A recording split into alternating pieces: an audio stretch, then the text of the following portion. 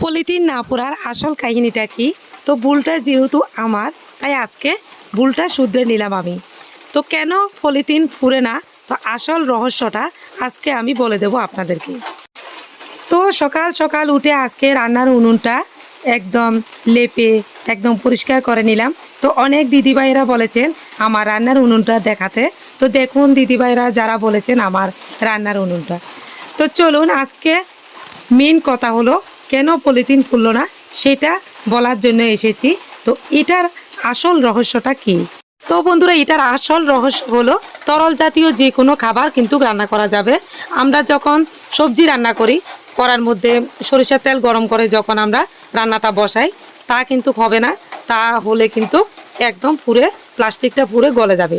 তো আমরা তরল জাতীয় যে কোনো খাবার, চা, ভাত, ডাল, যে কোনো কিছু হাতে মেখে একদম জল সহ বসিয়ে দিলে এই ধরনের খাবার কিন্তু এরকম পলিথিন লাগিয়ে হাঁড়িতে হয়ে যাবে।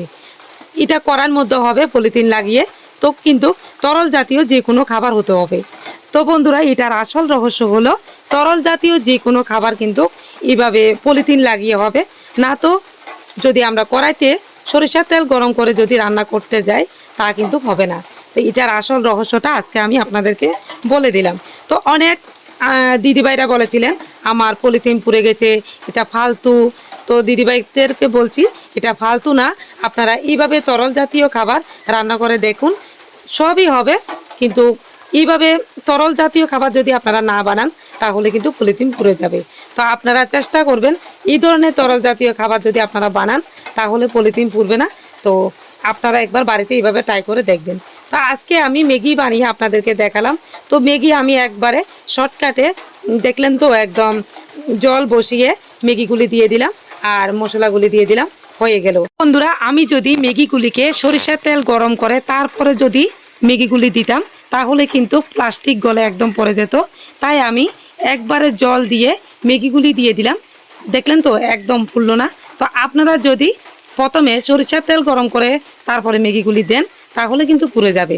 তো অনেক দিদিভাইরা আমাকে অনেক গালি দিয়েছেন, তাদের উদ্দেশ্যে বলছি আপনারা শুধু তরল জাতীয় খাবারটা করবেন, তাহলে দেখবেন একদম পলিথিন আপনার একদম পুড়বে না, একদম সুন্দর থাকবে আর হাঁড়িও একদম সুন্দর থাকবে। আপনারা করে দেখুন একবার। তো আপনারা বাড়িতে ট্রাই করে আমার মতন তারপরে আবার কমেন্টে জানাবেন আপনাদের হাঁড়ি একদম সুন্দর হয়েছে কিনা, না পলিথিন পুড়ে গেছে। তো বন্ধুরা, আসল রহস্যটা হলো এটাই যে তরল জাতীয় খাবার হবে, কিন্তু কোনো সবজি আমরা যখন রান্না করি সরিষার তেল গরম করে তারপরে সবজিগুলি দিই, তখন কিন্তু আর হবে না, তাহলে কিন্তু পলিথিন পুড়ে একদম গলে যাবে। তো বন্ধুরা, আজকে আমি পলিথিন না পুরার রহস্যটা আপনাদেরকে বলে দিলাম। তো আজকের ভিডিওটি আপনাদের কাছে কেমন লেগেছে অবশ্যই জানাবেন। ভালো লাগলে প্লিজ বন্ধুরা একটু বেশি বেশি করে শেয়ার করবেন। ভালো থাকবেন, বাই।